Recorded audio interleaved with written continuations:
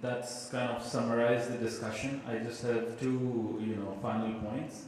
The first one being maybe just leaving as a food for thought that, when I interact with some of the lawyers in China, then they have a system where not every case has to go to the, police. They have municipal authorities or, quasi-judicial kind of authorities who can carry out raids. So, they have a slightly more efficient system in that way. And finally, to end this thing, I come back. We are a poor panel because the brands are not on the boardroom talks. Thank you. Yeah, I just add one thing, one more thing. Be smart, I said. So when you go to the police, don't disclose them the destination where you're going to raid. You should let the police know that raid spot only at the last moment. If you're going to disclose them beforehand, you're not going to get anything. And that's one thing. We had done many actions from our organization, and some of the cases we have two blank in raid, but in most of the organization, in the spots, we have been able to successful in getting the counterfeit goods. We file a lot of civil actions also, and we name the defendants, and we still get court commission appointed, and we go after 4 days, 5 days, 8 days sometimes, and we still find the manufacturing activity going on, and we do a seizure to the local court commissioner. So it is not that we don't get it. Sometimes maybe your bad luck, you are not able to be successful. It's part of the game. Yeah. If there are questions here, I understand. So, we can take it offline tomorrow as well, but we are here to answer your questions. Yeah. I managed to do it over time. Any questions, ladies and gentlemen? Okay, so, sir, if we know since we got an independence, we know the laws, how they are drafted, how they are made into the India, the perspective between the government and the corporate, how the big houses really play a role, and how the law is given effect. This is one side. Another side is that we know that yes, the enforcement agencies, when it comes to police, they are extremely weak. They are morally corrupt. When it goes to the court, we know that yes, they will do at their wishes and moods if they want, and that too, not to more than what they are supposed to do. Now then, can we make an opinion that yes, as far as the intellectual property protection and mechanism is concerned, the agenda of the government not at all have the intellectual property and commerce in their mind? Because, we have seen 12, 13 budgets. No budgets, at least I did not hear or seen any minister is crying or shouting that, yes, this is the wing, this is the sector, we need to focus. So how do you see, how do you see the expectations from the government on these lines? So I agree with your issue. If I understand your question correctly, I see and what you're trying to elicit.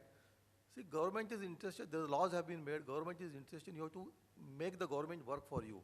Ultimately, all IP owner rights are private rights. So you go to custom, you go to DRI, you go to police.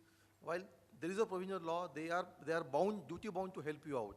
But many times in private, you talk to them, this is private right, why should I enforce your private right for the organization? Then you talk about the government revenue, you talk about the consumer interest, the health issues, then they move on. So you really have to convince the government, because government lose taxes. While we pay 35–40% taxes on our products, they don't pay anything.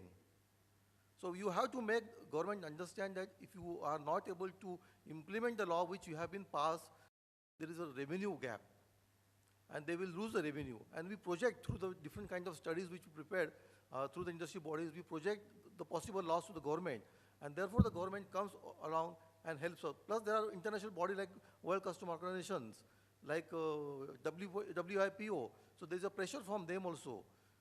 As we talk, the problem is increasing. Each company does what is possible within the rights to control these problems, but it's still increasing.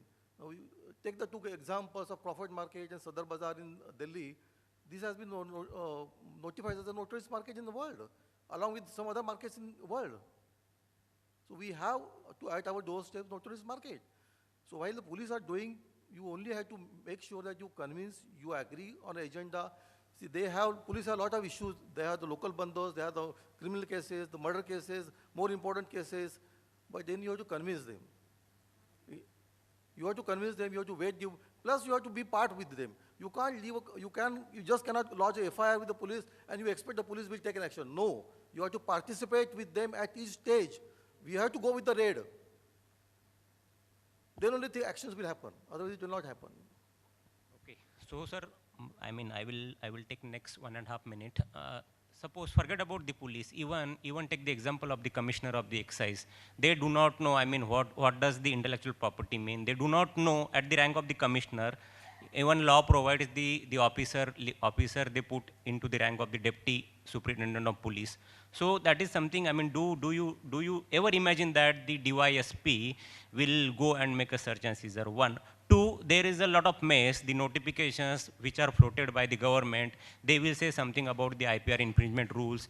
The officer will pursue something, the court will interpret something, but at the end of the day, on a serious note, nothing is happening. So that is the point I'm trying to make, is that yes, as far as do you agree that yes, it is the only corporate houses, it is the only private player which should now take their own course of the action. They should not, I mean, depend even 1% on the government. So while I will ask Savi,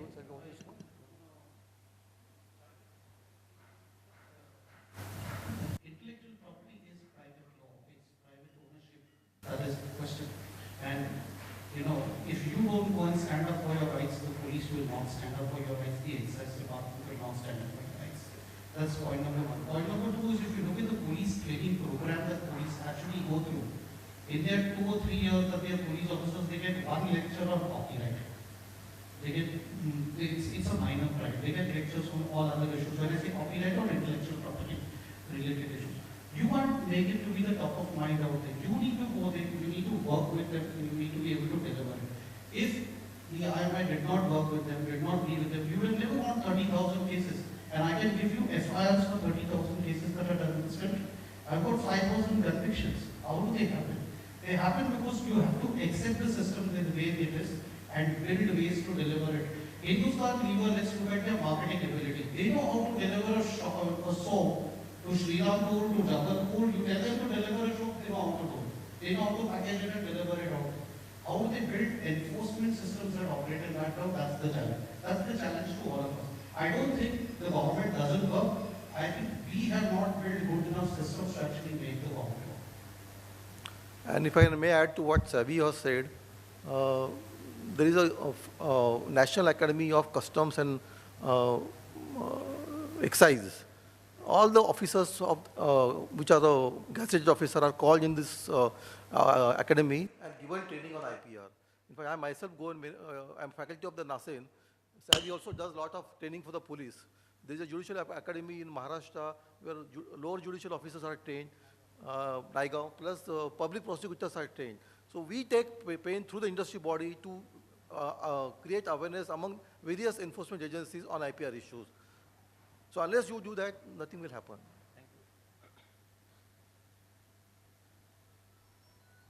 But by and large, if you ask me, we are happy with the way government is enforcing within given the constraint. But we are expecting more from them. It will happen. But by and large, when we go, we do get a cooperation from whether the customs or the police. Of course, we have to wait. We have to dance as per their requirement. But we ensure that a lot of actions are being taken on our request. One aspect I would like to highlight is that many times we go on, log on the site and order the products from the overseas. Most of those products you order from overseas are non-compliant as far as the Indian laws are concerned. So be careful, whether from the drug and cosmetics point of view, formulation point of view, the MRP point of view, legal metrology point of view, batch number. So and those companies are actually infringing the local laws of the organization, India here, and you could be in trouble. Over to you, Rajan. Thank you very much. So